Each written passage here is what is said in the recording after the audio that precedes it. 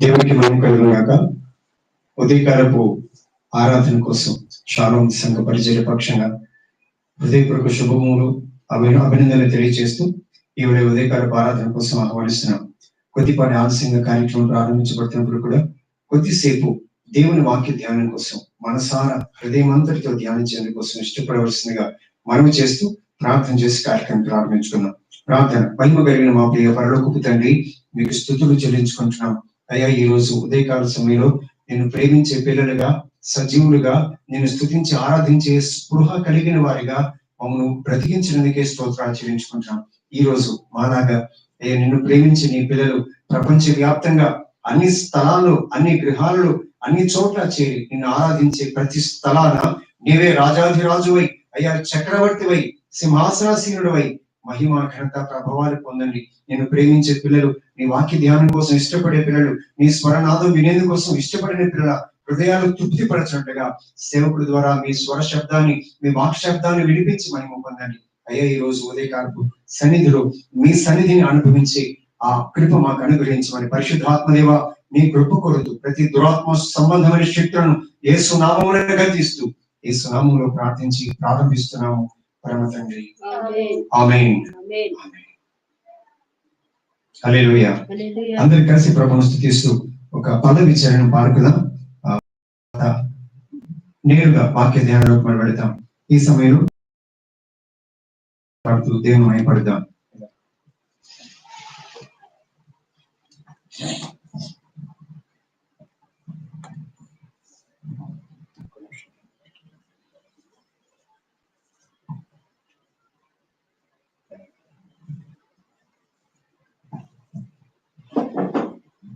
రాజాది రాజా రవి కోటి తేజ అనే పాట పాడుకుని దేవుని స్తుతించడం కలిసి.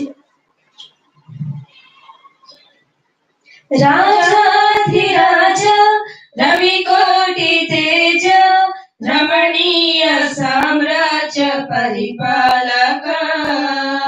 రాజాది రాజా రవి కోటి తేజ రమణీయ సామ్రాజ్య పరిపాలక.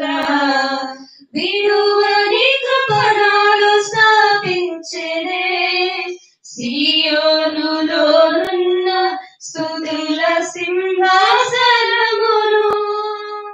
విడువని కృపణాలు స్థాపించెనే సియోనులోనున్న స్తుతుల సింహాసనమును.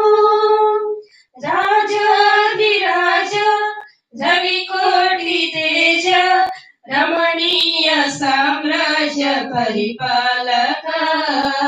రాజాది రాజా రవి కోటి తేజ రమణీయ సామ్రాజ్య పరిపాలక. వర్ణన కందని పరిపూర్ణమైనని మహిమ స్వరూపమును నా కొరకే త్యాగము చేసి. వర్ణన కందని పరిపూర్ణమైనని మహిమ స్వరూపమును నా కొరకే త్యాగము చేసి. కృపా సత్యములతో కాపాడుచున్నావు దినమెల్ల నీ కీర్తి మహిమలను నేను ప్రకటించెదా. కృపా సత్యములతో కాపాడుచున్నావు దినమెల్ల నీ కీర్తి మహిమలను నేను ప్రకటించెదా. రాజాది రాజా రవి కోటి తేజ రమణీయ సామ్రాజ్య పరిపాలక. రాజాది రాజా రవి కోటి తేజ రమణీయ సామ్రాజ్య పరిపాలక. ఊహల కందని ఉన్నతమైనని ఉద్దేశములను నా ఎడల సఫలపరచి. ఊహల కందని ఉన్నతమైనని ఉద్దేశములను నా ఎడల సఫలపరచి. ఊరేగించు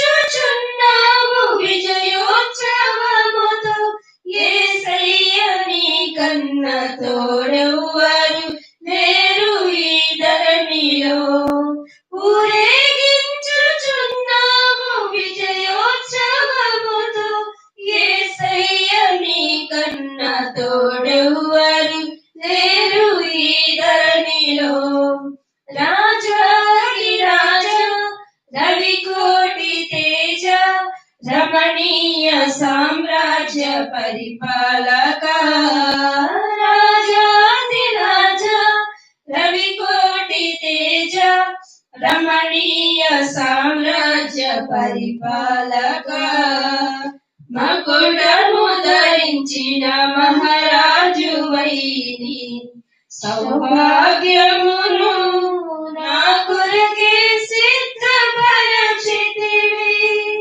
మకుటము ధరించిన మహారాజు వైని సౌభాగ్యమును నా కొరకే సిద్ధపరచితివి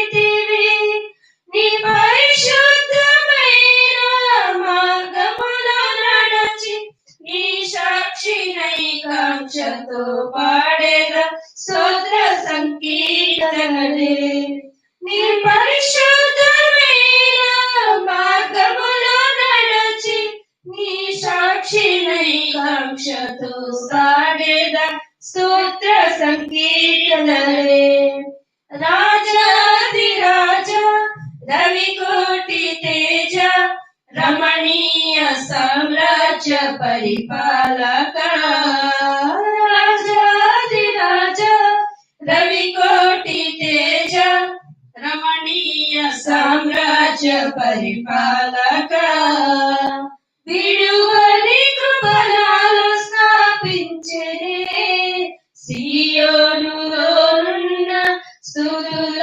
సింహాసనమును విడువని కృపణాలు స్థాపించనే సియోనులోనున్న స్తుతుల సింహాసనమును రాజాధిరాజ రవికోటి తేజ రమణీయ సామ్రాజ్య పరిపాలక హల్లెలూయా.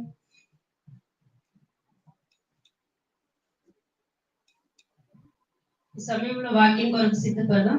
చావుకులు వస్తున్నప్పుడు ప్రార్థనాపూర్వకంగా అందరూ ఆలోచిస్తూ వాక్యాన్ని ధ్యానించడానికి సిద్ధంగా ఉండమని కోరుచున్నాను.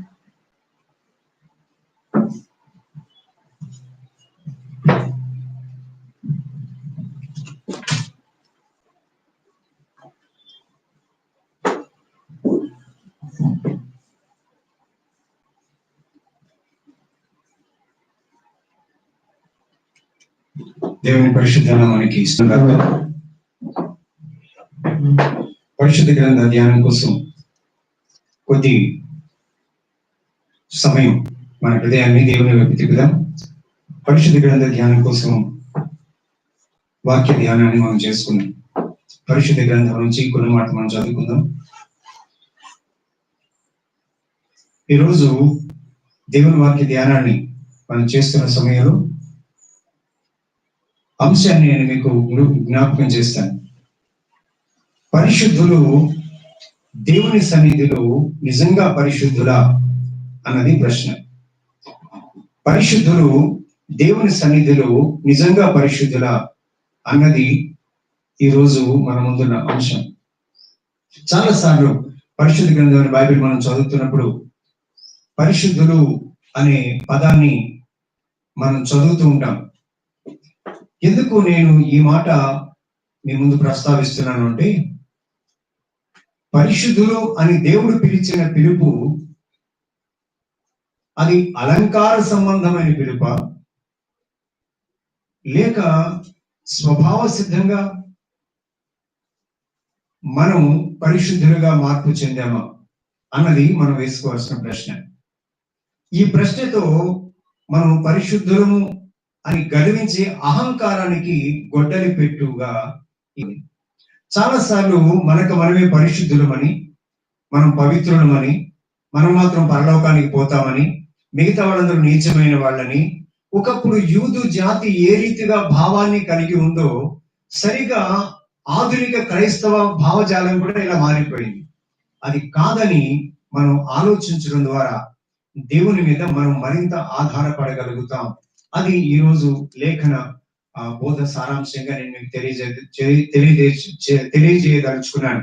ఈ రోజు పరిశుద్ధ గ్రంథం చదువుతుండగా యోబు గ్రంథం 4వ అధ్యాయాన్ని మనం చదువుకుందాం. యోబు గ్రంథం 4వ అధ్యాయం మనం చదివినట్లయితే అక్కడ వ్రాయబడిన మాట మనం చదువుతాం. అది 16వ వచనం నుంచి చదువుకుందాం. 16వ వచనం నుంచి లేదా 15 నుంచి కూడా చదువుకుందాం. 15వ వచనం నుంచి చదువుకుందాం. యోబు గ్రంథం 4వ అధ్యాయం 15వ వచనం. దానిపై చదువుదాం. ఒకరి శ్వాసము నా ముఖమును కొట్టగా నా శరీర రోమములు పులకించెను. అది నిలువబడగా దాని రూపమును నేను గుర్తుపట్టలేకపోయాను. ఒక రూపము నా కన్నులో ఎదుట ఉండెను. మెల్లనైన ఒక కంఠ స్వరము నేను విన్నాను. ఏమనగా దేవుని సన్నిధిని మర్త్యులు నీతిమంతులగుదురా, తమ్ము అనగా తమను సృజించిన వాని సన్నిధిని నరులు పవిత్రులగుదురా. చాలు, ఆ మాట మీకు నేను జ్ఞాపకం చేస్తున్నాను. హల్లెలూయా. దేవుని వాక్యం చదువుతుండగా 4వ అధ్యాయం ఎవరు మాట్లాడింది అనే మాట మనం ఆలోచన చేసినట్లయితే, యోబు గ్రంథంలో యోబు స్నేహితుడైనటువంటి ఎలీఫజు, తేమానీయుడైన ఎలీఫజు మాట్లాడిన మాటలుగా మనం గుర్తుపడతాం. తేమానీయుడైన ఎలీఫజు యోబునకు ప్రియమైన స్నేహితుడిగా ఉండి ఉండవచ్చు. ఎలీఫజు యోబు యొక్క దుఃఖంలో దుఃఖిస్తూ ఆయన ఆదరించేందుకోసం బహుదూర ప్రయాణం చేసి వచ్చిన వానిగా ఎలీఫజును మనం గుర్తుపడతాం. యోబుకున్న స్నేహితుడు 3 అని మనం చదివినట్లయితే, ముందుకు వెళ్ళి చదివితే యోబునకు 4 స్నేహితులుంటగా మనం చదవగలుగుతాం. సరే, యోబుకు 3 స్నేహితురా 4 స్నేహితురా అనే విషయం పక్కన పెట్టినట్లయితే, తేమానీయుడైన ఎలీఫజు కొన్ని విషయాలు దేవుని వైపు నుంచి మనకు వివరిస్తున్నాడు. దేవుని యొక్క స్వభావాన్ని గురించి, మానవ స్వభావాన్ని గురించి దేవుని విశ్వాసులమైనటువంటి మనకు వివరిస్తున్నాడు. కొన్నిసార్లు ఆయన చెప్పే మాటలు నిజమైనవిగా అనిపిస్తూ ఉంటాయి. నిజమైనవే అని అనుకుంటాం. ఎందుకు ఈ మాట అంటున్నానంటే, చివరకు అంటే యోబు గ్రంథపు ముగింపులోకి మనం వెళ్ళి చూసినట్లయితే, యోబు స్నేహితులు పలికిన మాటలన్నిటినీ కూడా పరిశుద్ధ దేవుడు ఇలా అంటున్నాడు, పనికిరాని మాటలు అన్న భావాన్ని మాట్లాడుతున్నాడు. ఎందుకు ఈ మాట మాట్లాడుతున్నాడంటే, ఆ మాట చదువుతున్నాం. యోబు గ్రంథంలో చివరకు చివరి అధ్యాయం దగ్గరికి చేరినట్లయితే 42వ అధ్యాయంలో యోబు యెహోవాతో ఇలాగు ప్రత్యుత్తరం ఇచ్చెను అని చెప్పిన తర్వాత చూద్దాం. యోబు యెహోవాతో ఇలాగు ప్రత్యుత్తరం ఇచ్చెను అని చెప్పిన తర్వాత 3వ వచనం చూసినట్లయితే, జ్ఞానము లేని మాటల చేత ఆలోచనను నిరర్థకము చేయుచున్న వీడెవడు అనేటువంటి మాట మనం చదువుతాం. అంటే వారు మాట్లాడేది జ్ఞానం లేని మాటలుగా అన్నట్టుగా అనిపిస్తాయి. నంబర్ 1. నంబర్ 2 ఏంటంటే, మనం చదువుదాం 2వ మాట. అంటే యోబు స్నేహితుల మాటలను దేవుని దృష్టికి ఎలా ఉంది అన్న దాన్ని మనం ఆలోచన చేసినప్పుడు, యోబు స్నేహితులు పలికిన మాటలు ఆలోచన జ్ఞానము లేని మాటలు అని ఒక స్థలంలో మనకు కనిపించినట్లయితే, మరొక చోట మనం వెళదాం. 8వ వచనం కిందికి వచ్చి చూసినట్లయితే చూద్దాం. 8వ వచనం చివరి భాగములు, ఏదైనా నా సేవకుడైన యోబు పలికినట్లు మీరు నన్ను గురించి యుక్తమైనది పలుకలేదు అన్నాడు. గుర్తుపెట్టుకోవాలి. అంటే పలుకుబడిన మాటలలో వ్యర్థమైనవి చాలా ఉండవచ్చు.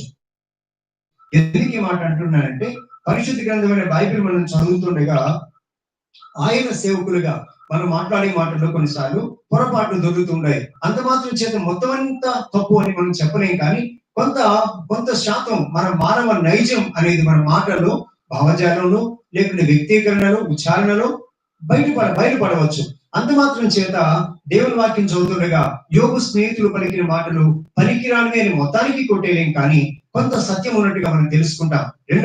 రెండవ ఉదాహరణ నేను మీకు తెలియజేస్తాను. ఒకప్పుడు ఏథెన్స్ పట్టణంలో పౌలు మరి సంచరించే సమయంలో ఆ రోజు ఉన్నటువంటి ఆ ఏథెన్స్ ప్రజల విశ్వాస సంబంధమైన బలిపీఠం దగ్గరికి వెళ్ళినప్పుడు ఆ బలిపీఠం మీద ఒక మాట వ్రాయబడి ఉందట. అది ఏంటంటే, తెలియబడని దేవునికి అని వ్రాయబడి ఉంది. అంటే దేవుడు ఉన్నారు, కానీ ఆయన ఎవరు మాకు తెలియదు అన్నది ఉద్దేశం. పౌలు యొక్క ఆ సంభాషణలో మరొక కోణంలోనికి పౌలు వెళ్ళి అంటాడు, మనమందరము దేవుని కుమారులమై దేవుని పిల్లలమై ఉన్నాము అని మీ కవీశ్వరులలో కొందరు ఇలా అన్నారు అని చెప్పాడు. నా పాయింట్ ఏంటంటే, ఈ లోక సంబంధమైన కవీశ్వరులలో కొందరు దేవుని గురించి కొన్ని యుక్తమైన మాటలు పలికారు. మనమందరము దేవుని పిల్లలము అని దేవుని ఎరుగని ఒక కవీశ్వరుడు ఏథెన్సు పట్టణంలో వారు అన్నారట.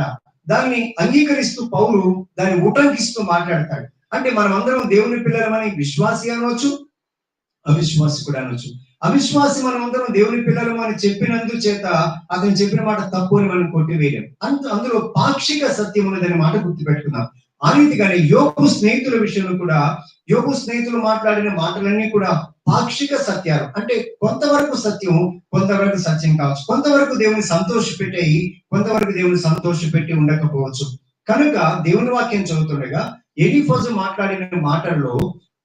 మాట్లాడిన మాటలలో దేవుని గురించినటువంటి గ్రహింపును మనకు కలిగించేటువంటి సందేశాన్ని మనం గుర్తుపెట్టుకుంటాం. వాక్యం మరొకసారి మీకు జ్ఞాపకం చేస్తాం. అంశం ఏంటంటే దేవుని సన్నిధిలో పరిశుద్ధులు దేవుని సన్నిధిలో నిజంగా పరిశుద్ధులా అన్నది ఈ రోజు మన వాక్య ధ్యాన అంశమైనది. కనుక ఈ మాట మీకు జ్ఞాపకం చేస్తాను. మరి యోబు గ్రంథం చదివినప్పుడు యోబుతో ఎలీఫజు మాట్లాడుతున్నాడు.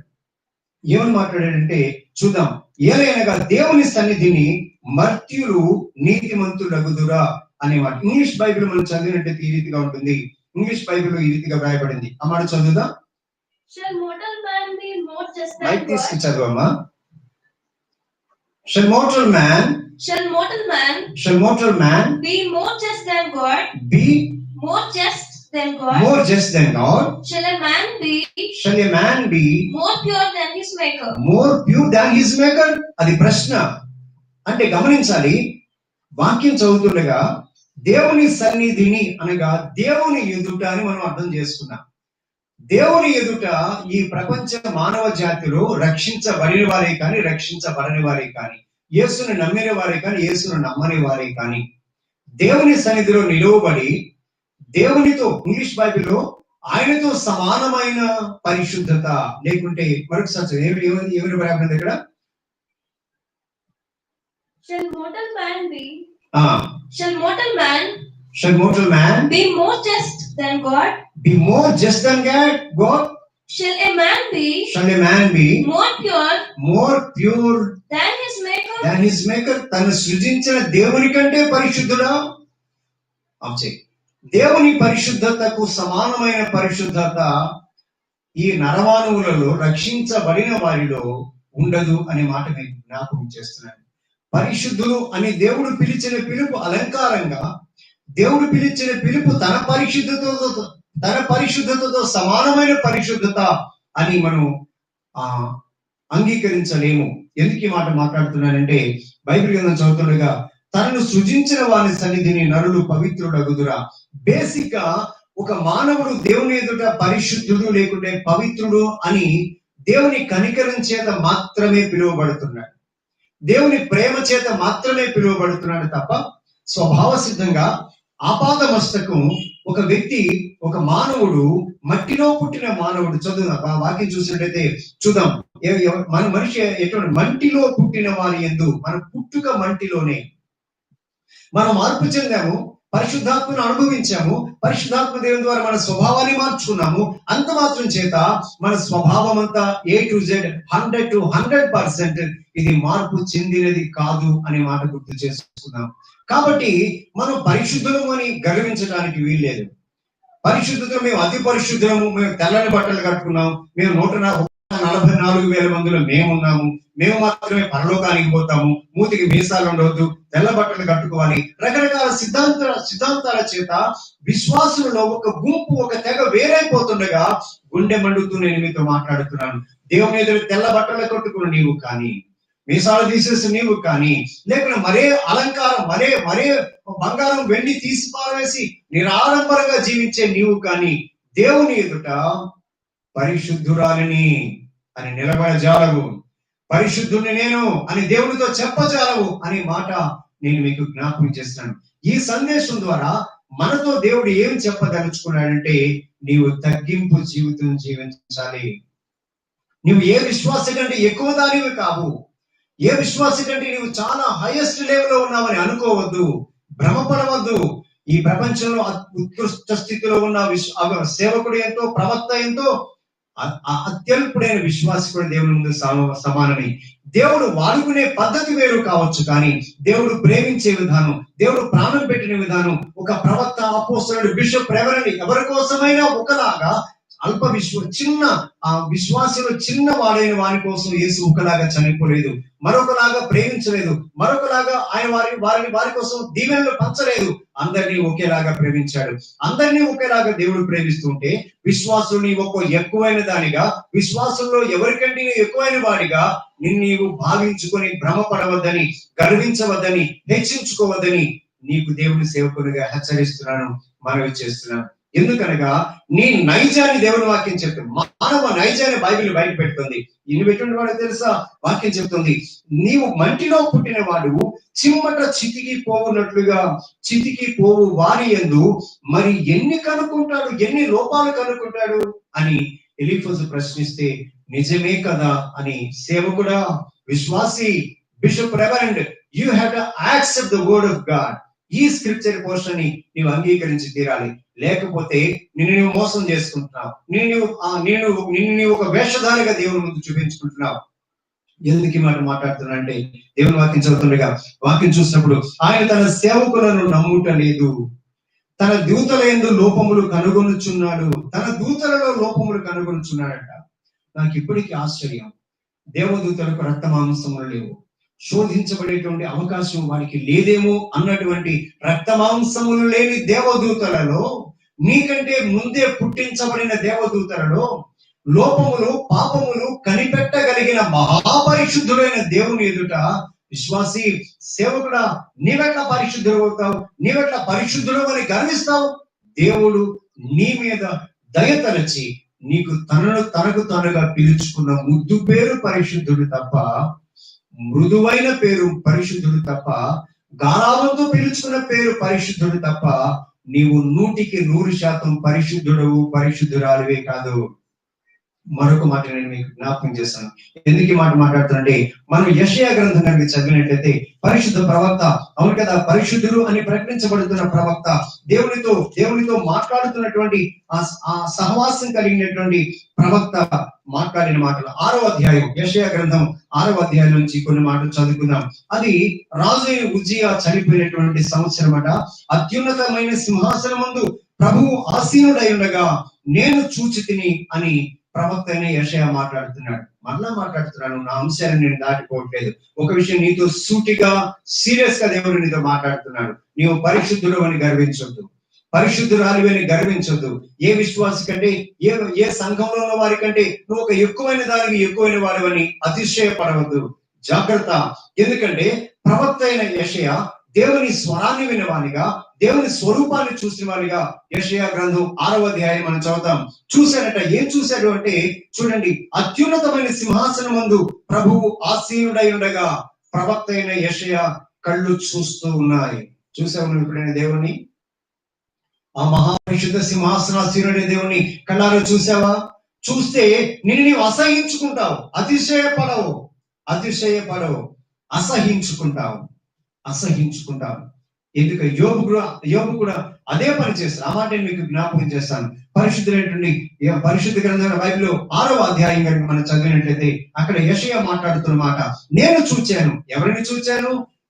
మహోన్నతమైన, అత్యున్నతమైన సింహాసనం ముందు ఆసీనుడైన వాడిని నేను చూచాను. ఇంకా ఆయన చొక్కాయి, ఆయన షర్ట్, ఆయన చొక్కాయి అంచులు దేవాలయములు నిండుకొనెను.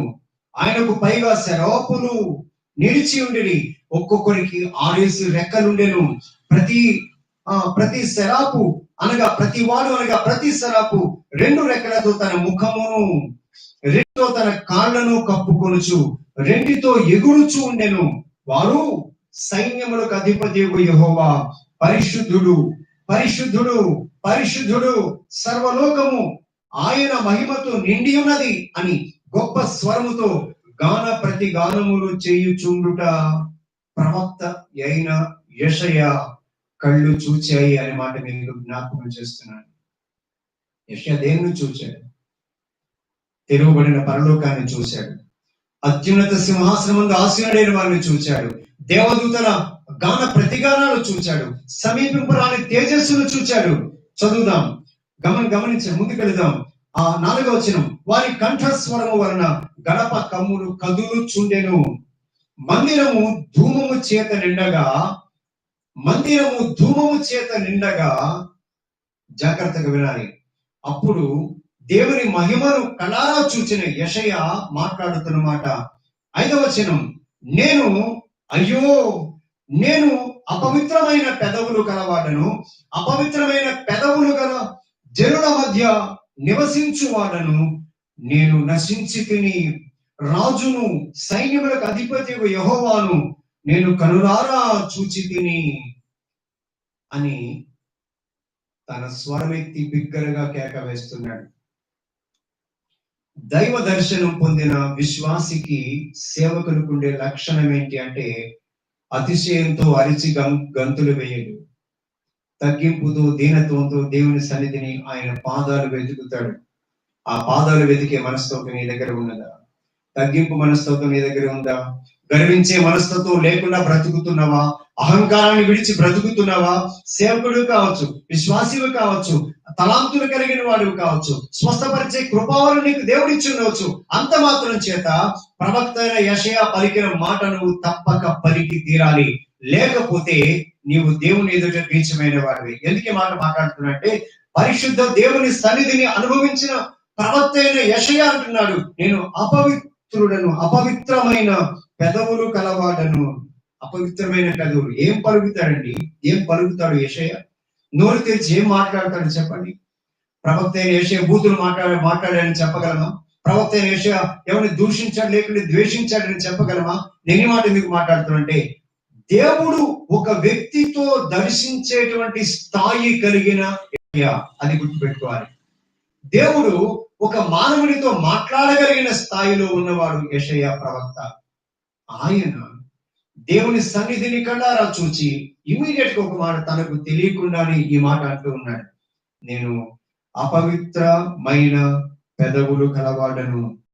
దేవుని సన్నిధి నాకు కనిపించగానే నేను ఇప్పటిదాకా ప్రవక్తను అనుకున్నాను, నేను గొప్ప దైవజనుని అనుకున్నాను, నాకు ఒక గొప్ప తలాంతు వరములు ఉన్నాయని అనుకున్నాను, బోధించే కృపావరం, స్వస్థపరిచే కృపావరం ఉంది, నేను సేవకులలో గొప్పవాణ్ణి అని నేను అనుకున్నాను, ప్రవక్తలలో గొప్పవాణ్ణి అని నేను అనుకున్నాను, రాజులను గద్దించే స్వరం నాకు దేవుడు ఇచ్చాడని నేను అనుకున్నాను, అందరినీ మెస్మరైజ్ చేయగలిగినటువంటి తలాంతు దేవుడు నాకు స్వరం ఇచ్చాడని నేను అనుకున్నాను, చక్కని పాటలు పాడే స్వరం నీది కావచ్చు, చక్కని వాక్యాన్ని వివరించే తలాంతు దేవుడు నీకు ఇచ్చి ఉండవచ్చు. అంత మాత్రం చేత నీవు అందరిలో చాలా హెచ్చైన వాడివి కాదని దేవుని సేవకునిగా గుర్తు చేస్తున్నాను.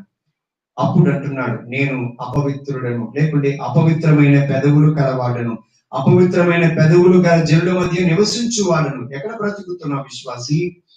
అన్యుల మధ్య అనుకుంటున్నావు కదూ, దేవుని ఎరుగని వారి మధ్య అనుకున్నావు కదూ, వాళ్ళతో సహవాసం చేయదని బోధించావు కదూ, వాళ్ళతో మాట్లాడదని చెప్పుకున్నావు కదూ. ఈ పనికిరాని బోధ నుంచి సంగమ బయటికి రావాలి. నీలాంటి మనుషులతో నీవు సహవాసం చేయకపోతే, నీలాంటి మనిషితో, దేవుని రూపం కలిగిన నీలాంటి మనిషితో నీవు దేవుని ప్రేమను పంచుకునేటువంటి అవకాశాలు నువ్వు ఇవ్వకుండా ఆ వ్యక్తులను నీకు దూరం చేసుకున్నట్లయితే వాళ్ళకు నువ్వు ఒక రోజు సువార్త ఎలా ప్రకటిస్తావు? వారిని ప్రేమించే దేవుడు యేసుని ఎలా తెలియచెప్పగలుగుతావు? వారిని ప్రభువు పట్ల ఆకర్షించగలుగుతావు? వారిని ఆకర్షిస్తావో, పరలోక రాజ్యానికి లాక్కొస్తావో తెలియదు, కానీ కనీసం దేవుని ప్రేమను చూపించే అవకాశాన్ని పోగొట్టుకునే అహంకారం నీ నుంచి, నా నుంచి దూరమైపోవును గాక. అనగా మనుషుల్లో నువ్వేదో గొప్ప వ్యక్తిగా, విశ్వాసం నువ్వేదో గొప్ప వ్యక్తిగా అనుకునేటువంటి అహంకారపు విశ్వాస స్థితి నుంచి కిందకి దిగమని దేవుని సేవకుని మనవి చేస్తున్నాను. అది యెషయా పరిస్థితి. మరొక మనం చదువుకుందాం. యాకోబు పత్రిక దేవుని వాక్యం, ప్రవక్త అయినటువంటి యెషయా ఏమన్నాడు మనం విన్నాం. దేవుని సన్నిధి కనిపించగానే ఆయన అన్నాడు, నేను అపవిత్రమైన పెదవులు కలిగిన వాడిని, నేను అపవిత్రుడను, లేకుంటే నేను చచ్చిపోయాను, దేవుని సన్నిధి నిలబడేందు కోసం నేను యోగ్యుడను కాను అన్న భావం ఇది యెషయా ఏడుస్తుండటాన్ని, యెషయా ఆర్తనాదం చేయటాన్ని మనం విన్నట్లయితే, నీ స్థితి నా స్థితిని బట్టి దేవుని సన్నిధిలో ఏ భావంతో ఆయన సన్నిధికి రావాలో గుర్తుపెట్టి. నంబర్ 2, దేవుని సన్నిధిలో యెషయా అయిపోయాడు. ఇప్పుడు మనం యాకోబు దగ్గరికి మనం వద్దాం. అవును కదా, అపోస్తలుడైన యాకోబు దగ్గరికి మనం వస్తాం. 3వ అధ్యాయం చదివినట్లయితే మనం మాట చదువుతాం. సహోదరులారా, నా సహోదరులారా, బోధకులమైన మనము మరి కఠినమైన తీర్పు పొందుదుము అని తెలుసుకొని మీలో అనేకులు బోధకులు కాకుడి అని చెప్పాడు. బోధకులమైన మనము, అపోస్తలులమైన మనము, కృపావరములు కలిగిన మనం, సంఘాలు స్థాపించి కొన్ని వందల వేల మందిని ప్రభు వైపు నడిపించిన మనం, వాక్యం చెప్తుంది మనము అని మాట అండర్లైన్ చేసుకోండి. 2వ వచనం, అనేక విషయములలో మనమందరము తప్పిపోవచ్చున్నాము. మనమందరము ఏమవుతున్నామంట? కింద ఫుట్నోట్ లో తొట్టిల్లుచున్నాము అని వ్రాయబడింది. నీ జీవితంలో విశ్వాసి అయినప్పటి నుంచి, సేవకుడు అయినప్పటి నుంచి, సేవకురాలివైనప్పటి నుంచి, విశ్వాసిరాలివైనప్పటి నుంచి, స్వస్థత ప్రవచన కృపావరములు పొందినప్పటి నుంచి, ఈ రోజు దేవుని సేవకుని అడుగుతున్నాను, అప్పటి నుంచి ఇప్పటిదాకా నీ జీవితంలో ఒక్కసారి కూడా తొట్టిల్లని జీవితం నీదా? అయితే నీవు దేవునితో సమానమైన పరిశుద్ధుడు అని నీకు నేను సర్టిఫికేట్ ఇచ్చుకోవచ్చు. కానీ బైబిల్ దాన్ని ఒప్పుకోవట్లేదు. అపోస్తలుడు అంటున్నాడు, మనం అనేక విషయంలో తొట్టిల్లుచున్నాము, తప్పిపోతున్నాము అన్నాడు. ఇంకా వివరంగా తొట్టిల్లుచున్న నీవు, తప్పిపోతున్న నీవు, విశ్వాసి సేవకుడా, దేవుని సన్నిధిని ఏ కారణం చేత పరిశుద్ధుడు అని చెప్పుకుంటావు? పరిశుద్ధుడిని ప్రభు పిలిచాడు, నీకు నువ్వు పరిశుద్ధుడు అని అనుకోవద్దు. పరిశుద్ధుడిని ప్రభు నిన్ను పిలిచాడు, పరిశుద్ధుడు ఆలోని ప్రభు నిన్ను పిలిచాడు తప్ప నీకు నీవుగా దేవుని ఎదురు పరిశుద్ధుని పరిశుద్ధురాలని అనే అహంకారపు భావాన్ని విడిచిపెట్టవలసిందిగా మనం చేస్తున్నాను. ఎలీఫస్ తో దేవుని స్వరం వినిపించిందట. ఎలీఫస్ భావంలో దేవుడు ఎలాంటి వాడు మనకు తెలియచేయబడింది. అవును కదా, ఆయన మానవ జాతిని సృజించిన దేవుడు. ఎంత చక్కని మాట తెలుసండి. అది ఇంగ్లీష్ బైబిల్ ఎలా ఉందని. అవును కదా, ఆయనతో సమానమైన పరిశుద్ధత, ఆయనతో సమానమైనటువంటి పరిశుద్ధత.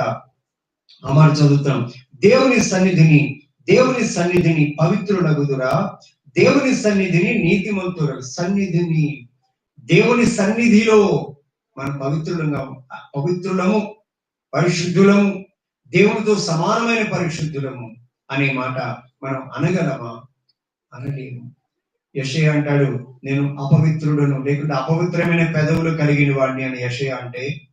యాకోబు అంటాడు, మనము అనేక విషయాల్లో తప్పిపోయే బోధకులము, విశ్వాసులము అని యాకోబు అపోస్తలుడు అంటే, నువ్వెలా తప్పిపోని వాడిగా నీకు నీవుగా దేవుని ఎదుట అహంకారంతో హెచ్చించుకుంటూ బ్రతుకుతావు.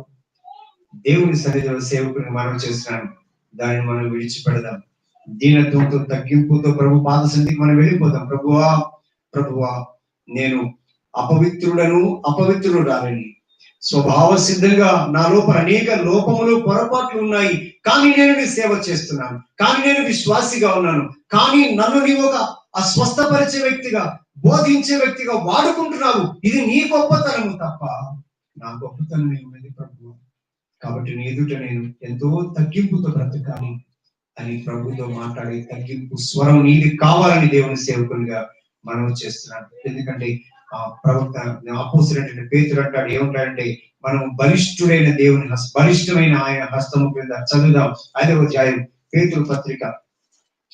అపోస్తలుడైన పేతురు రాసిన పత్రికలో ఈ మాట మనం చదువుకుంటాం.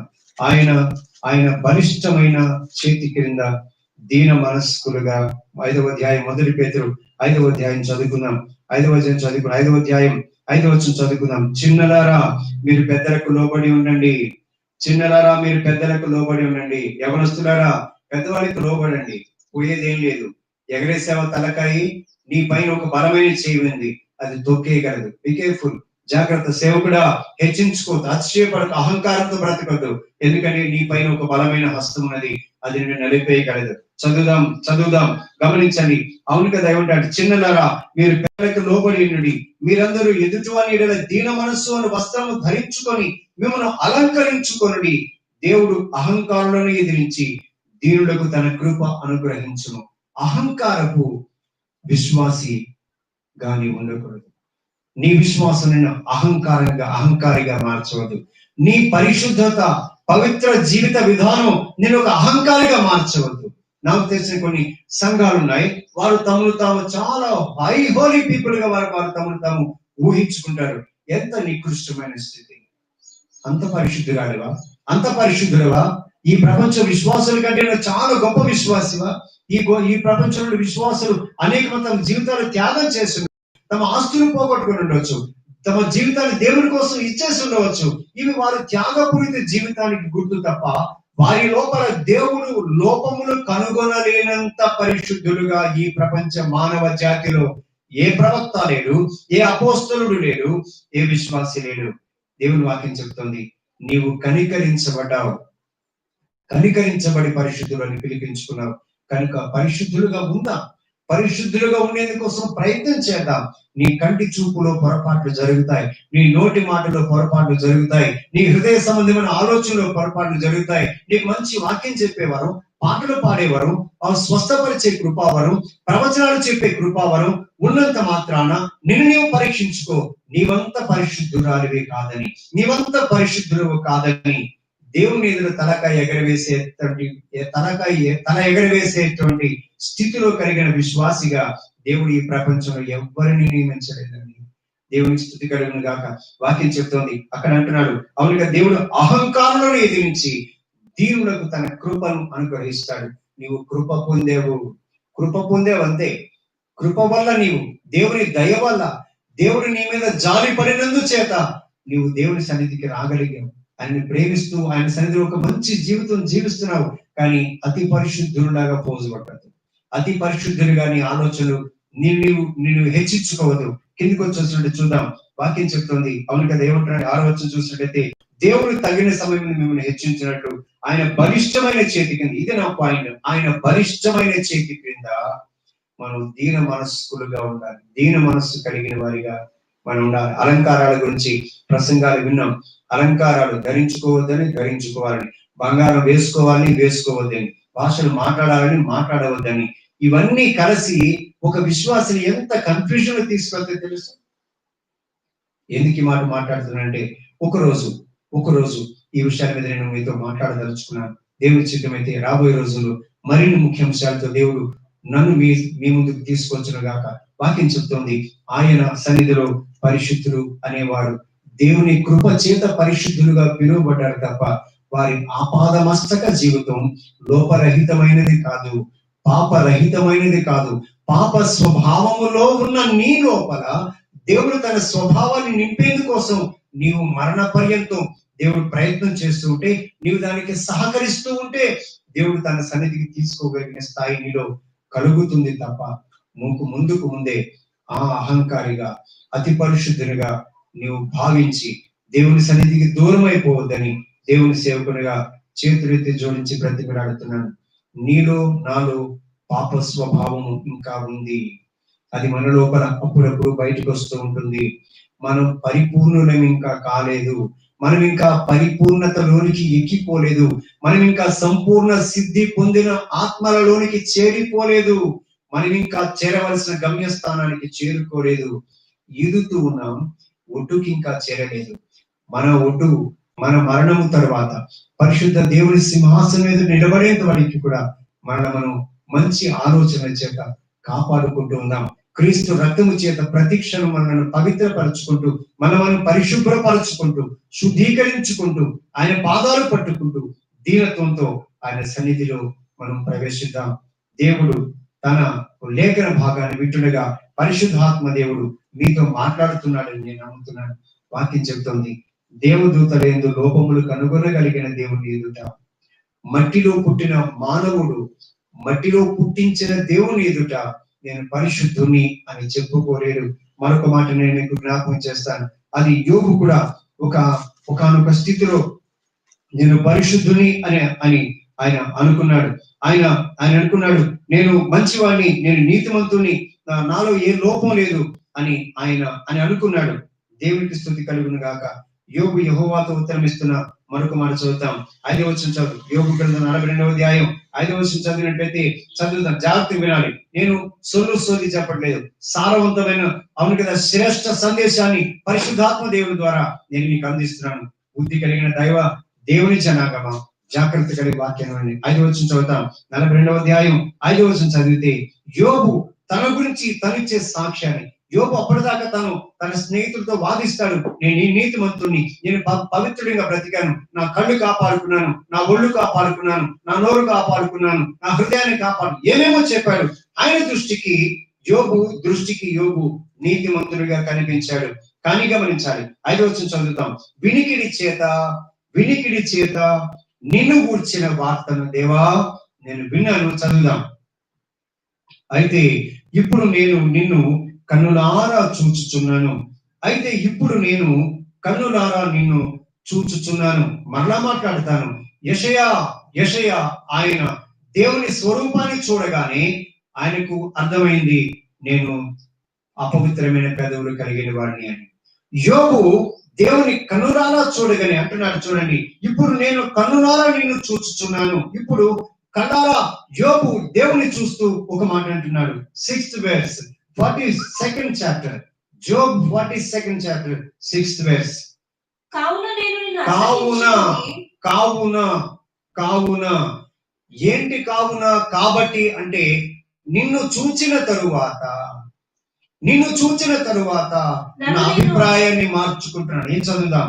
నన్ను నేను అసహించుకొని ధూళిలోను బూడిదలోను పడి పశ్చాత్తాపపడుచున్నాను. మళ్ళా మాట్లాడతాను. నన్ను నేను అసహించుకొని, యెషయా తనను తాను అసహించుకున్నాడు. యోబు తనను తాను అసహించుకున్నాడు. యాకోబు తనను తాను పరీక్షించుకున్నాడు. మనం అనేక విషయంలో తప్పిపోతున్నాము అని యాకోబు పశ్చాత్తాపడితే, నన్ను నేను అసహించుకొనుచున్నాను అని యోబు దేవుని ఎదుట తనను తాను చీదరించుకుంటూ మాట్లాడితే, యెషయా నా పెదవులు అపవిత్రమైనది, నేను పనికిమాలినవాడిగా ఉన్నాను, దేవుని చూచాను ఇక చచ్చిపోతాను అని ఆయన దిగులు పడుతూ ఉంటే, యెషయా స్థాయిలో నువ్వు ఉన్నావా? యోబు స్థాయిలో నువ్వు ఉన్నావా? అపోస్తలుడైన యాకోబు స్థాయిలో నువ్వు ఉన్నావా? ఉన్నట్లయితే అప్పుడు ఏమన్నా మాట్లాడు. యాకోబు స్థాయిని అపోస్తలుడైన యాకోబు స్థాయికి చేరని విశ్వాసి సేవకుడా, నిన్ను నీవు పరిశుద్ధులుగా ఎప్పుడు ప్రకటించుకోవద్దు, అతిశయపడవద్దు. ప్రవక్త అయిన యెషయాలాగా, అవును కదా, ఆ స్థాయి కలిగిన దైవ దర్శనాలు కలిగిన విశ్వాసిగా సేవకుడిగా నీవు ఉన్నావా? ఉంటే యెషయా మనకు నేర్పుతాడు, తనను తాను అసహించుకుంటాడు. యోబు దగ్గరికి వస్తే మనకు అర్థమవుతుంది. కన్నులారా చూచిన తర్వాత యోబు తన మీద తనకున్న అభిప్రాయాన్ని మార్చుకున్నాడు. నన్ను అసహించుకొనుచున్నాను, నేను అసహించుకొనుచున్నాను. అంతేకాదు, ఇంకా చదువుదాం. నన్ను నేను అసహించుకొని, చదువుదాం ఏమంటున్నాడంటే, నన్ను నేను అసహించుకొని ధూళిలోను బూడిదలోను పడి పశ్చాత్తాపపడుచున్నాను. ఏం మాట్లాడాను ప్రభువా? అతిశయంలో, ఆనందంలో చాలా విషయాలు యోబు గురించి మనం చదువుకోవచ్చు. యోబు ఏడుపు గురించి, రోగం గురించి చాలా విషయాలు మీరు వినుండొచ్చు. అది నేను మాట్లాడు, ఎవరో చెప్పిన విషయాన్ని మీతో చెప్పబోవటం లేదు. మీరు వినే విషయాలు నేను నమ్ముతున్నాను, మీకెవరు చెప్పనివే చెప్తున్నానని నేను అనుకుంటున్నాను. పరిశుద్ధాత్మ దేవుని సహాయంతో నేను మీకు సందేశం ఇస్తుండగా, పరిశుద్ధ దేవా నువ్వు నాతో మాట్లాడమని బ్రతిమలాడుతూ ప్రభు సన్నిధిలో ఉండవలసిందిగా మనం చేస్తాను అంటాడు. అక్కడ నన్ను నేను అసహించుకొనుచున్నాను. యోబు బైబిల్ చెప్తోంది, దేవుని ఎదుట నీతిమంతుల లిస్ట్ లో ముగ్గురు ఉన్నాడు. నోవహు, యోబు, దానియేలు. నోవహు, యోబు, దానియేలు ఈ ముగ్గురు నీతిమంతులు అని దేవుడు డిక్లేర్ చేశాడు. అయినప్పటికీ దేవుడు చెప్పిన మాటను బట్టి, దేవుడు నన్ను నీతిమంతుడు అని అన్నాడు కాబట్టి నేను దేవుని సన్నిధిలో నీతిమంతుడిని అని తలగరేసే స్థితి నోవహుకు లేదు, యోబుకు లేదు, దానియేలుకు లేదు అని మాట మీకు జ్ఞాపకం చేస్తాను. వాళ్ళ దగ్గరికి వెళ్తే వాళ్ళు అడిగితే వాళ్ళు అంటారు, అయ్యా దేవుడు మమ్మల్ని నీతిమంతుడిని పిలిచాడు కానీ ఆయన కొరతకు సరిపోయినంత నీతి బ్రతుకు మాకు లేదు అని వారు దేవుని ఎదుట తగ్గించుకుంటారు. హల్లెలూయా. ఆ తగ్గింపును విశ్వాసి నీ జీవితంలో కలిగి ఉండాలని పరిశుద్ధాత్మ దేవుడు నీతో నాతో మాట్లాడుతున్నాడు. సింహాసనం మీద ఉన్న, అవును కదా, అతి పరిశుద్ధ పరలోక మహిమలో 24 పెద్దలు వారు తమ కిరీటములు తీసి యేసయ్య పాదాల ముందు పడవేసి ఒక మాట వారు అంటున్నారు. దాని అర్థం ఏంటి అంటే, నీ ఎదుట నీవు రాకముందు వరకు మా తల మీద కిరీటాలు ఉండొచ్చు, నీవు వచ్చిన తరువాత మా నెత్తి మీద కిరీటాలకు మేము పనికి వచ్చేవాళ్ళం కాదు ప్రభువా అని వారు తమ తలల మీద ఉన్న కిరీటాలు తీసి యేసు పాదాల మీద పడవేశారు, ఆయన ముందు పడవేశారు. Unworthy to wear the crown. మేము ఈ కిరీటాన్ని ధరించేందుకోసం యోగ్యులము కామయ్యా అని ఆయన ముందు తగ్గించుకున్నారు. పరలోకమందలి కిరీటాలు పెట్టుకునేందుకోసం, పరలోకమందలి పెద్దలు కిరీటాలు పెట్టుకుని దేవుని ముందు నిలబడేందుకోసం యోగ్యులు కాకపోతే, ప్రవచన పరిచర్య చేసిన యెషయా దేవుని ఎదుట నేను అపవిత్రుడను అని అరుస్తూ ఉంటే, యోబు నీతిమంతుడిగా పలకబడిన తరువాత కూడా తనను తాను అసహించుకుంటూ, దేవా నేను నీతిమంతుడిని కాదు, పరిశుద్ధుని కాదు, నన్ను నేను అసహించుకొనుచున్నాను అని యోబు ఎలుగెత్తి ఏడిస్తే, క్రొత్త నిబంధన గ్రంథంలో అపోస్తలుడిగా ప్రవక్త ఆ యొక్క ప్రవచనాలు లేకుంటే సువార్త ప్రకటించే యాకోబు మాట్లాడుతున్న మాట, మనం అనేక విషయాలు తప్పిపోతున్నాము అని ఒక పక్క అపోస్తలుడు మాట్లాడుతుంటే, విశ్వాసి సేవకుడా, నీవే డినామినేషన్ కి చెందిన వాడివైనా కావచ్చు, నీదెంత గొప్ప బ్యాక్గ్రౌండ్ అయినా కావచ్చు, నీవు దేవుని ఎదుట పరిశుద్ధుణ్ణి అని నీవు అనుకోవద్దు. దేవుడు పిలవ నేను పరిశుద్ధుడని, దేవుడు నీకు బిరుదునివ్వ నీవు పరిశుద్ధురాలు అని. కానీ నీవుగా దేవుని ఎదుట పరిశుద్ధురాలను, గొప్పదాన్ని అనే అహంకారాన్ని నీలోంచి పరిశుద్ధాత్మ దేవుడు తీసివేయును గాక. మనమందరం ఆయన కృప చేతనే రక్షించబడి ఉన్నాము. అపోస్తలుడైన పౌలు అంటున్నాడు, మనమందరము ఆయన కృప చేతనే రక్షించబడి ఉన్నాము. మనము చేసిన నీతి క్రియలను బట్టి కాదు, మనం జీవించిన అతి పరిశుద్ధమైన త్యాగపూరితమైన బ్రతుకును బట్టి కాదు స్నేహితుడా, నీవు ఆయన కృప చేత నీవు రక్షించబడ్డావు. ప్రార్థన చేసుకున్నాం ప్రభుతో మాట్లాడుతూ, అయ్యా నన్ను క్షమించండి, నా హృదయాంతర భాగంలో ఈ అహంకారం ఉంటే నన్ను క్షమించండి, నన్ను నేను తగ్గించుకుంటాను, నాలాంటి వారిని ప్రేమిస్తాను, అహంకారాన్ని విడిచిపెడతాను, మంచి విశ్వాసి నీ ముందు అయ్యా నిలబడతాను ప్రభా అని ప్రభుతో మాట్లాడుకుందాము. ప్రార్థన చేసుకుందాం. తల వంచి కళ్ళు మూసుకుందాం. అందరూ తల వంచి కళ్ళు మూసుకుందాం. చిన్న ప్రార్థన చేసుకున్నాం.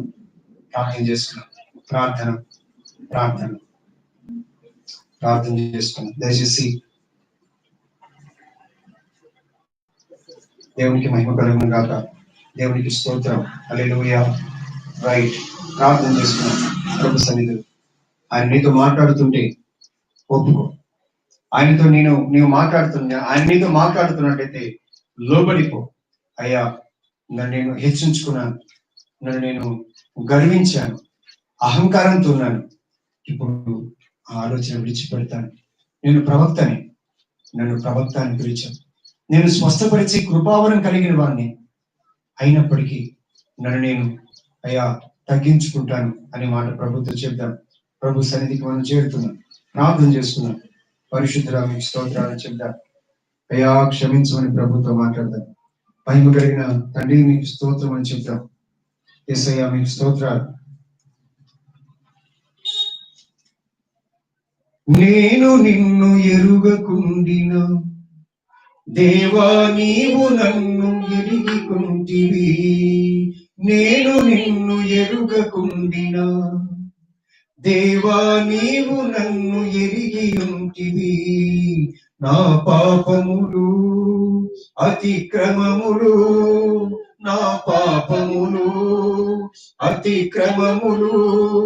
మంచు తొలగునట్లుగా తుడిచివేసి ఉంటివి.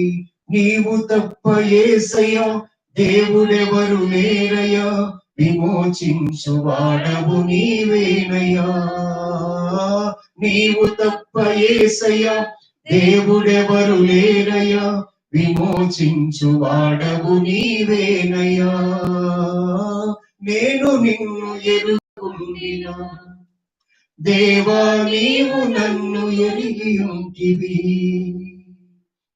మహిమ కలిగిన మా ప్రియ పరలోకపు తండ్రి మీకు స్తోత్రాలు. ఈ రోజు మధ్యాహ్నపు సమయాన మీ మహిమ కలిగిన సింహాసనం దగ్గరికి మేము చేరుతుండగా, మేము ఎవరమై ఉన్నామో, ఏ స్థితిలో ఉన్నామో, ఎలా ఉన్న మమ్మలను ఎలా మార్చుకొని ఏ స్థితికి తీసుకువెళ్లేందుకోసం నీవు ప్రయత్నపడావో, శిలువలో మా కోసం మీరు పడిన వేదనలో జ్ఞాపకం చేసుకుంటున్నాం. మా కోసం ప్రతిసారి బోధించేందుకోసం మీ సేవకుల ద్వారా నోరు తెరిచి మీరు ప్రయత్నం చేసే ప్రతి మాటను మేము గుర్తు చేసుకున్నాం ప్రభువా. మాలో అహంకారం ఉండవద్దని చెప్పారు, గర్వం ఉండదని చెప్పారు, ఒకరికన్నా నేను గొప్ప వ్యక్తిని, గొప్పదానిని, అతిశయపడకూడదని మీరు మాతో మాట్లాడుతూ వచ్చారు ప్రభువా. యోగు తాను నిన్ను చూసి అసహించుకుంటే, దేవా నిన్ను చూడని మా బ్రతుకులో అహంకారం నిండిపోయింది. వాక్యంలో నిన్ను చూడలేకపోతున్నాం, వాక్యంలో మర్మమైన క్రీస్తు నీ ప్రేమను మేము గుర్తుపట్టలేకపోతున్నాం ప్రభువా. కాబట్టి మేము గర్వంతో అతిశయిస్తున్నాం. కానీ వాక్యం చదువుతుండగా మాకు తెలిసింది ప్రభువా, నిన్ను చూచిన యెషయా తన లోపాలు తెలుసుకున్నాడు, నిన్ను చూచిన యోబు తను అసహించుకున్నాడు, నీతో సహవాసం చేసినటువంటి యాకోబు అవును అంటున్నాడు, మేము తప్పిపోతున్నాము, తప్పిపోయే వాళ్ళలో నేను కూడా ఉన్నానని చెప్పాడు. ఎక్కడ ప్రభువా మాకు అహంకారం, ఎక్కడ నాయన మాకు అతిశయం, ఎక్కడ నాయన మాకు గర్వం లేదు నాయన. సమస్తము మీ రక్తపు చుక్కల క్రింద, మీ కనికరం క్రింద మాత్రమే మేము దాగి ఉన్నామని ఒప్పుకుంటూ, మాలో అయ్యా కంటికి కనిపించకుండా దాగిన అహంకారాన్ని, అతిశయాన్ని, గర్వాన్ని, అయ్యా ఒకరిని చులకనగా చూసే మనస్తత్వాన్ని తీసివేసి నీ పిల్లలుగా నీ ముందు నిలబడినప్పుడు నీ చేత మెప్పు పొందగలిగిన స్థితి మాకు అనుగ్రహించమని షాలోం పరిచర్యను, విశ్వాసులను, సంఘాన్ని నీ చేతికి అప్పచెప్పుకుంటూ యేసు శ్రేష్ఠ నామమున ప్రార్థించి బ్రతిమిలాడి వేడుకుంటున్నాము పరమ తండ్రి. ఆమేన్, ఆమేన్, ఆమేన్. ఈ సమయంలో మనం కానుకలు ప్రభువుకు సమర్పిద్దాం.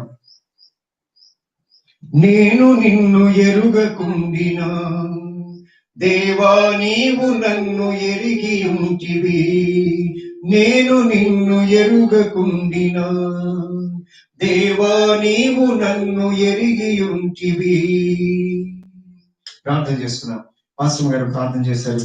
హృదయాన్ని ప్రభువుకి తిప్పుతూ, గర్వాన్ని, అతిశయాన్ని, అహంకారాన్ని విడిచిపెట్టి, ఏ డినామినేషన్ కావచ్చు, ఏ చర్చకు నువ్వు వెళ్తుండొచ్చు, ఏ పాస్టర్ నీకు సేవకుని ఉండవచ్చు, కానీ దేవుని ఎదుట నువ్వు తూకానికి తక్కువే అవుతావు. ఆ తగ్గింపు, ఆ దీనత్వాన్ని సేవకుల విషయంలో సేవకులు, విశ్వాస విషయంలో విశ్వాసులు చూపిస్తూ, ప్రేమను చూపిస్తూ, తగ్గింపుతో, ఒకే భావనతో, ఒక్కటే అన్న భావనతో మన దేశ ప్రజల కోసం, ప్రపంచ ప్రజల కోసం దేవుని ప్రేమను చూపిస్తూ ప్రేమ సాగిద్దామా? ప్రార్థన చేస్తున్న పాస్టర్ గారు ప్రార్థన చేస్తున్నప్పటికీ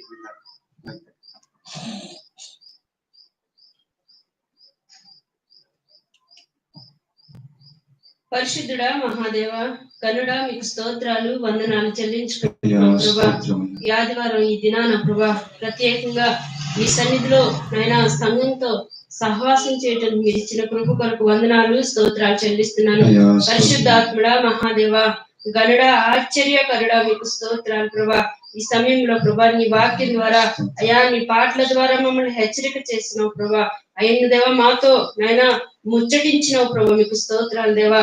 అవును తండ్రి, మాలో నాయన అతిశయం, ఎందుకంటే అయినా మీ రక్తమిచ్చి మమ్ములను అయినా మీ స్వకీయులుగా చేసుకున్నావు ప్రభా, అయినా మీ స్వాస్థ్యముగా చేసుకున్నావు ప్రభా. నిజంగా మేము మిమ్మల్ని అయితే అయినా ఎతకలేదు ప్రభా, మమ్మల్ని వెతికినావు ప్రభా, రక్షించుకున్నావు ప్రభా. నశించుకోవాల్సిన జీవితాల్ని నీ రక్తం చేత కడిగి అయినా నీ బిడ్డలుగా పిలుచుకున్నావు ప్రభా. అందుని బట్టి మీకు స్తోత్రాలు, వందనాలు చెల్లించుకుంటున్నాను. అవును దేవా, ఆయన మాలో ఎందుకు అతిశయం ఉండొద్దని నీ వాక్యం ద్వారా ఈ రోజు మాట్లాడుతున్నావు ప్రభా. అవును తండ్రి, నీ అందే ఆయన అతిశయించేవాడు నీ అందే అతిశయించాలని ఇర్మియా గ్రంథంలో నీ వాక్యంలో సెలవిస్తున్నావుగా ప్రభా. అవును తండ్రి, అయినా మీకు స్తోత్రాలు, వందనాలు చెల్లించుకుంటున్నాను తండ్రి. పరిశుద్ధాత్ముడా, మహాదేవ, గనుడా, ఆశ్చర్యకరుడా, మీకు స్తోత్రాలు చెల్లిస్తున్నాను ప్రభా. ఈ రోజు నాయన మరి ఈ వాక్యాన్ని ఎంతమంది అయితే విని ఉంటారో వారి హృదయాలను కూడా మీరు దర్శించండి ప్రభా. ఆయన ఈ లాక్డౌన్ టైంలో ఆయన నీతో సహవాసం లేక వాక్యంలో గడపక ఎంతమంది అయితే రోజంతా వేస్ట్ గా గడుపుతున్నారో వారితో మీరు మాట్లాడండి ప్రభా.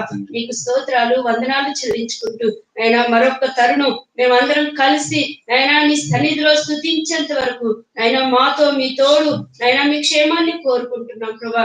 ఆయన షాలోం సంఘాన్ని జ్ఞాపకం చేసుకోండి, ప్రతి కుటుంబాన్ని మీరు దర్శించండి ప్రభా. ఏ అవసరతతో, ఏ సమస్యలో, శోధనలో ఉన్నా కానీ ప్రభా వారిని విడుదల దయచేయండి ప్రభా. యేసయ్య నామంలో విడుదల దయచేయండి ప్రభా. నీకే స్తోత్రాలు, వందనాలు చెల్లించుకుంటున్నాం. నీ మాటల చేత బలపరచండి, నీ మాటల చేత పురుకొల్పండి ప్రభా. అయ్యా మీకే వందనాలు, అయ్యా మీకు స్తోత్రాలు చెల్లించుకుంటూ ఇంతవరకు మాకు సహాయం చేసినందుకు స్తుతిస్తూ నీ వాక్యాన్ని బట్టి నీకే వేలాది వందనాలు చెల్లించుకుంటూ యేసయ్య పరిశుద్ధ నామంలో ప్రార్థన చేసి బ్రతిమలాడి వేడుకొనుచున్నాం తండ్రి. ఆమేన్, ఆమేన్. తండ్రి అయిన దేవుని ప్రేమ, కుమారుడైన యేసయ్య కృప, పరిశుద్ధాత్మ దేవుని అన్యోన్య సహవాసము, ఆయన సన్నిధి కాంతి ఇది మొదలుకునే సదాకాలము ఆయన ప్రేమించే ప్రతి బిడ్డకు ఈరోజు వాక్యాన్ని విని యెషయా వలె, యోబు వలె, యాకోబు వలె తగ్గించుకుంటూ ప్రభు పాద సన్నిధిని వెతికే ప్రతి విశ్వాసికి సేవకులకు తోడై నిలిచి నడిపించును గాక. ఆమేన్. ఆమేన్. ఆమేన్. ఆమేన్.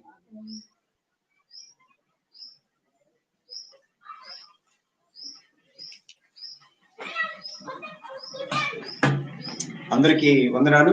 ఇప్పటివరకు కార్యక్రమాన్ని ఓపికగా మీరు విన్నందుకు మనస్ఫూర్తిగా యేసయ్య నామములో శుభములు, ధన్యవాదాలు తెలియజేస్తూ మరి దేవుని చిత్తమైతే 8వ తారీఖుతో ఈ మనకు ఆరాధనలు ప్రారంభించే అవకాశం ఉందని మనకు మరి మీ సంఘ కాపరి master reverend K. God bless you. Praise the lord.